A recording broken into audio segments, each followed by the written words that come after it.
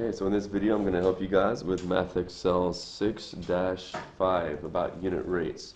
It's not going to be too complicated unless I have trouble with the screen. I don't think I will. So the first few questions, they just want you to write the statement as a rate. Like there's no math really to do. You're just matching the right fraction that compares 6 movies with $34. And you might be asking, well, is it like this? Or is it like this? And guess what? It doesn't matter because there's only one that's going to have movies with the number 6 and 34 with the dollars. For example, you see that 6 right there? Is that representing 6 movies? Nope. And you see this 6 right here? That is movies, but does the dollars match? They definitely do. So for me, the answer is C, and that's the only one that makes sense. Now, I'm not saying your answer is going to be C, but your answer will be the one that has $34. See that 34? That's not dollars. That's not right. And that 34 is not dollars. So that's not right. So this is the only one that makes sense for me.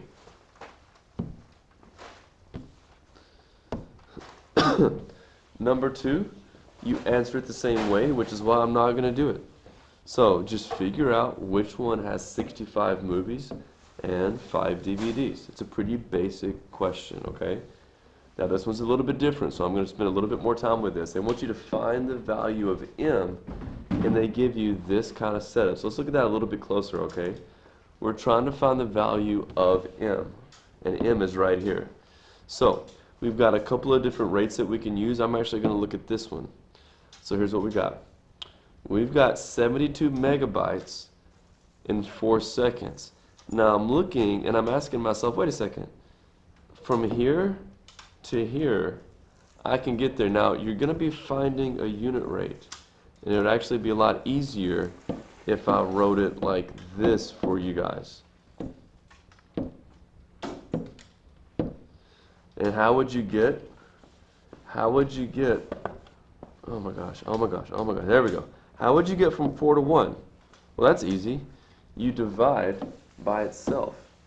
Dividing by 4 is going to give you 1. And remember, with ratios that keep the same rate, you've got to do the same thing to both sides. So I would not only divide the bottom by 4, I would do the same thing to the top. And so your responsibility is to take 72 and see how many times 4 goes into 72. 4 goes into 7 once, and you bring the 2 down. And then you guys on your own need to finish this to find out what number goes right there, okay? And then you just finish that division problem here. Let me bring it over. It might make it a little bit easier to look at. So this is a problem you're going to be finishing on your own. And once you figure out how many times 4 goes into 32, you got your answer because there is no remainder, okay? Hope that helps. For number 4, it's one of these, and this is actually a little bit, it's a little bit different because that is a fraction. No big deal. So you see how this number gets cut in half to get that? So what you're going to be doing is you're going to cut this number in half to get that. Okay? So you're going to take 1/2. How do we cut something in half with division? Well, we divide by 2. Now the reason I'm dividing by 2 is because that's how I can go backwards to get this number.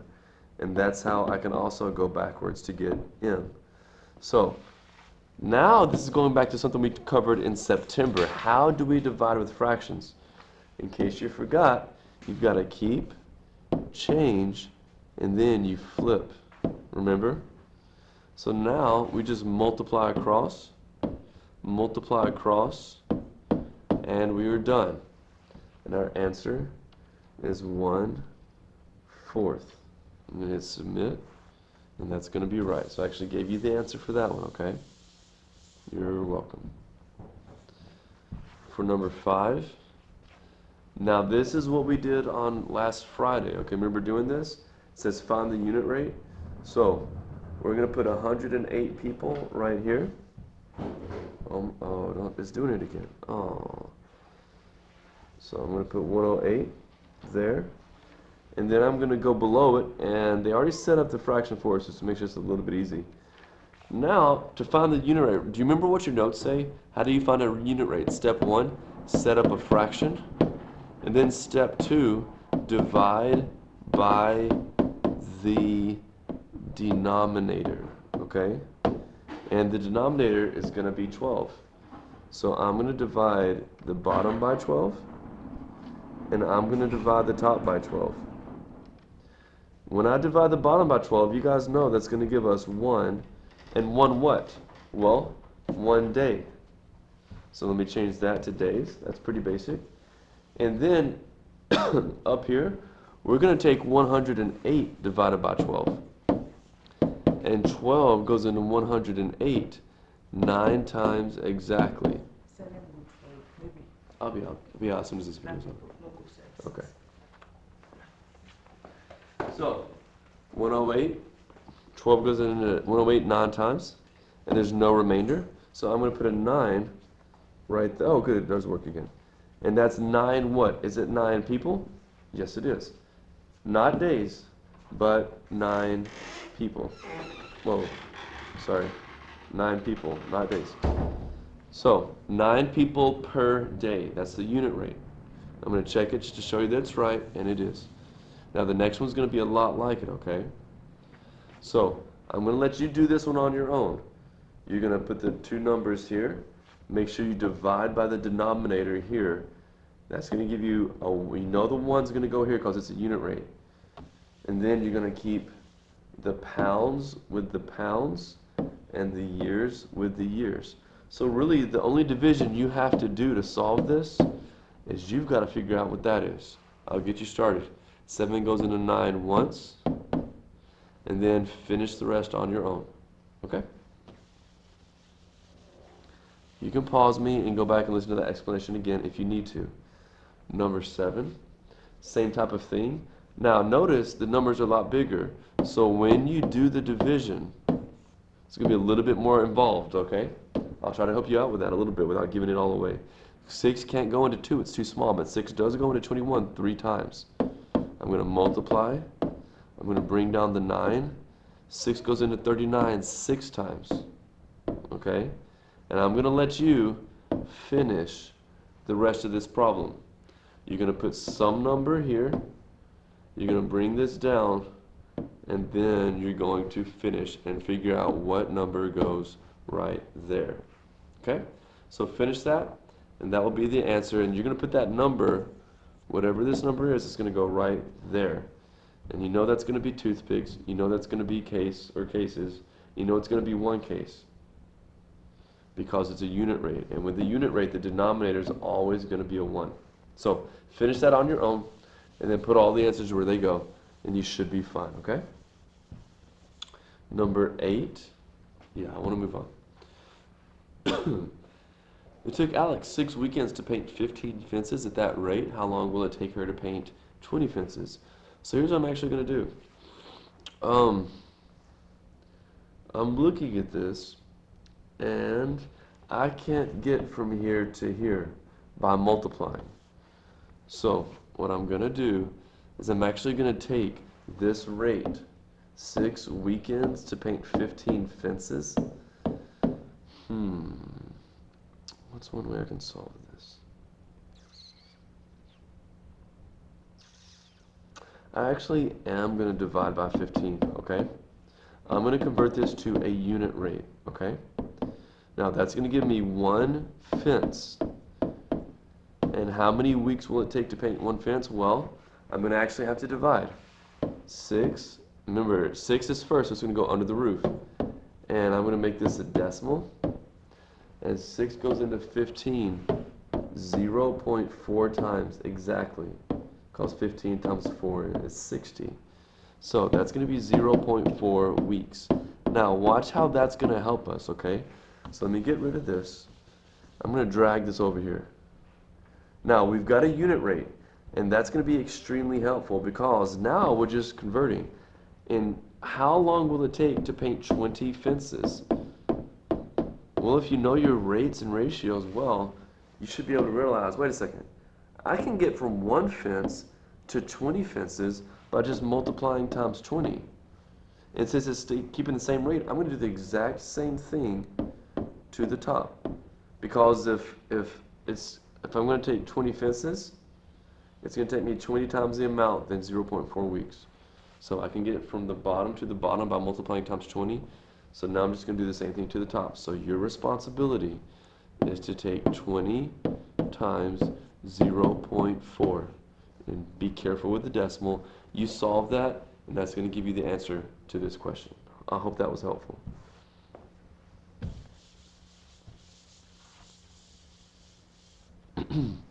Mr. Ernest wants to know how many miles he can travel with his motorcycle. Oh, I remember these. Wow, these last few questions, some of them are going to take a little bit of time, okay? Because I remember doing these just a few minutes ago. He wants to know how many miles he can travel with his motorcycle for each gallon of gas. What's the unit rate in miles per gallon? So we're talking about his motorcycle.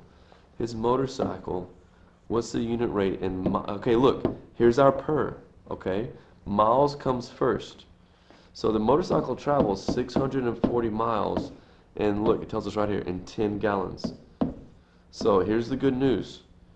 I can just get rid of the zeros, and all of a sudden, I've got my unit rate. This one's actually pretty simple because of that little shortcut. Now, if you didn't do the shortcut, what you would need to do is just divide by the denominator. And it's going to give you the same thing, 64 miles per gallon. So that's our answer. I don't know why it doesn't work like that.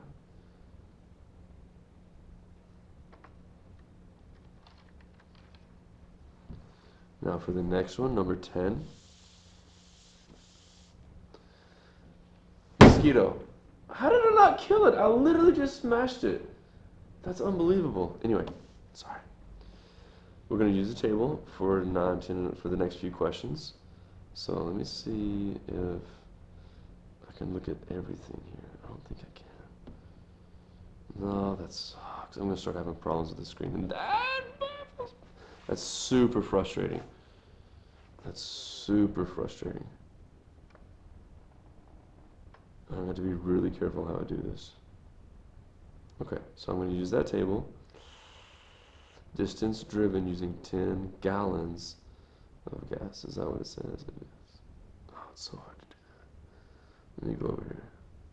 That's a lot better. Okay.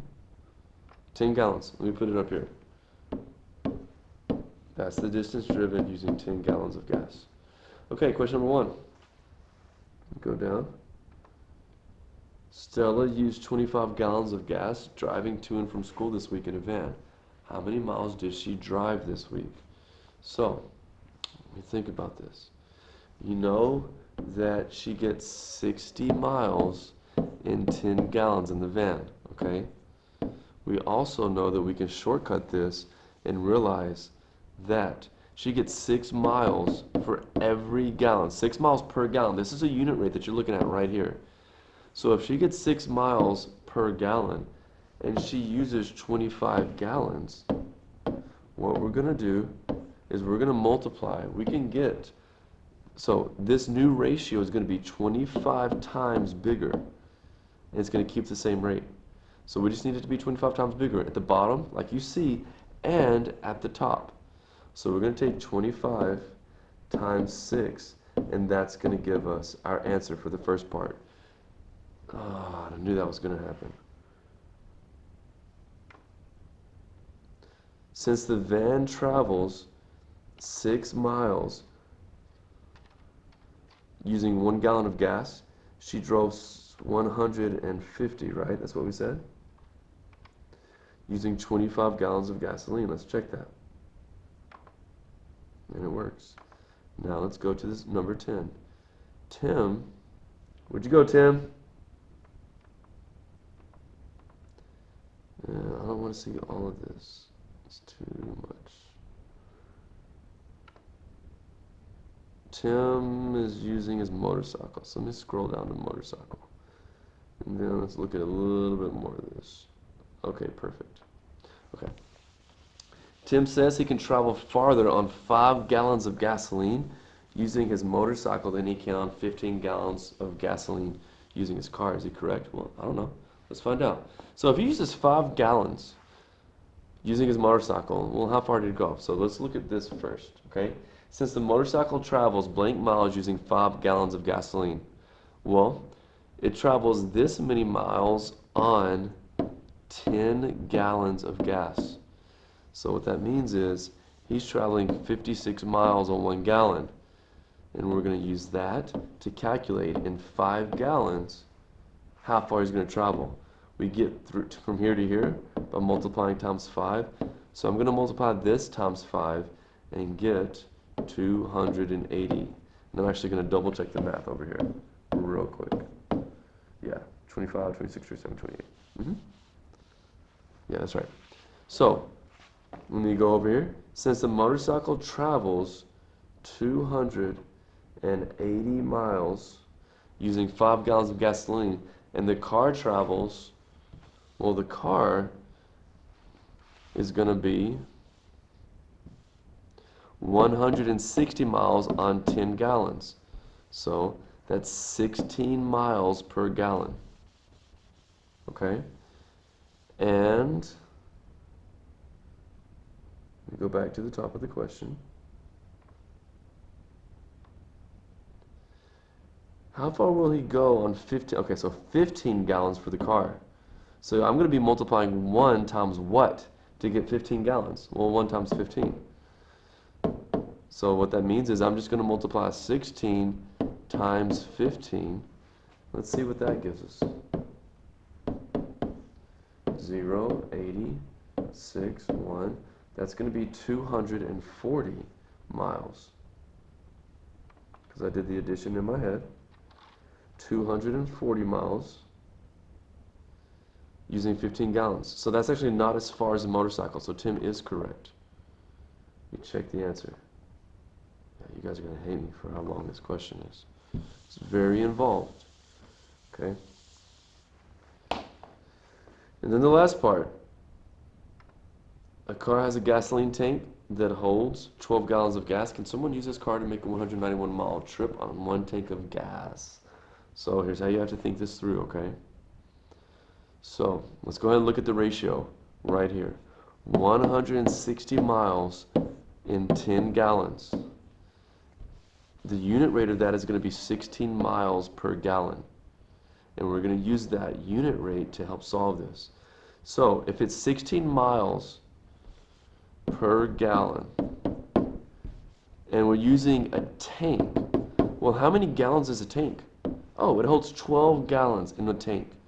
So what we're going to do is we're going to use this rate right here to determine how many miles you can travel on 12 gallons. How? By multiplying this times 12. We already see that. So now we're going to do the same thing. 16 times 12 is going to be 100. It's going to be 192 miles. We'll bring that down. Easier to see. Yeah. So this is our, oh, you've got to be kidding me. This is how far it travels. So since the car travels 192 miles using 12 gallons of gasoline, the car can make the trip. And that is the end of that question. Which leaves us with, well, I think that question took half the video. I could be wrong so far. Last one. This Venn diagram shows the relationship of ratios to rates, blah, blah, blah, blah. Here is the important thing to know. 63 cheeseburgers using 18 pounds of beef. So I'm going to go here. We're going to look at the question. It says find 63 to 18. So I'm going to put that up here. 63 cheeseburgers to 18 pounds of beef. That way, even though you can't see it, just trust me that it's there. So it says find 2 equivalent rates for the ratio. So I'm looking for 2 rates that equal this above, okay? And I don't see the same number, so they actually minimized it and they expanded it. And since they're all fractions, with cheeseburgers at the top, I'm actually just going to write this as a fraction, okay? I'm going to put 63 at the top because it's cheeseburgers, and then I'm going to put 18. I'm going to put pounds of beef. I'm just going to use P for pounds, okay? LBS is another initial. That's the acronym that people use for pounds, okay? So don't let that confuse you. Now, do I think this first fraction is going to be equivalent to this? Well, I know that I can get from 18 to 6 by dividing by 3. So does 63 divide, if I divide by that same amount, does it give me 21? The answer is yes, it does. So that's one of the ratios right there, okay? So now I'm going to delete that, and I'm going to look at B. So A, for me, this is one of the ratios you're looking for. I don't know if it's going to be A, B, C, or D for you. Now, can I get from 63 to 4? Well, if I did that, I'm dividing by like a lot. And if I divide this by a lot, is it going to give me 14? Absolutely not. That's not going to be one of the answers, okay? So it's not that one. Now, I know if I look at 18 and 36 and I compare both, I can get from 18 to 36 by multiplying times 2.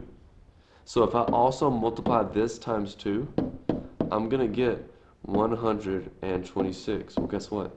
That's what that number is. So that is my other answer. So 126 cheeseburgers over 36 pounds of beef. I'm going to check it just to prove to you that it's right, and it is. And then there's one more part to this. Let's see what the question is. And the last part of this, find the unit rate. Oh, okay. So you're going to find the unit rate of 63 cheeseburgers over 18 pounds of beef. So how do we find the unit rate? Well, we're just going to divide by the denominator. That's going to give us 1 pound of beef. And I bet you all the answers have 1 at the bottom. Yeah. No, they don't. Actually, A is wrong because that's not a unit rate. D is wrong. That's not a unit rate. So actually, it's just going to be one or the other, okay? I'm going to show you what I'm talking about. So see how this is a 5?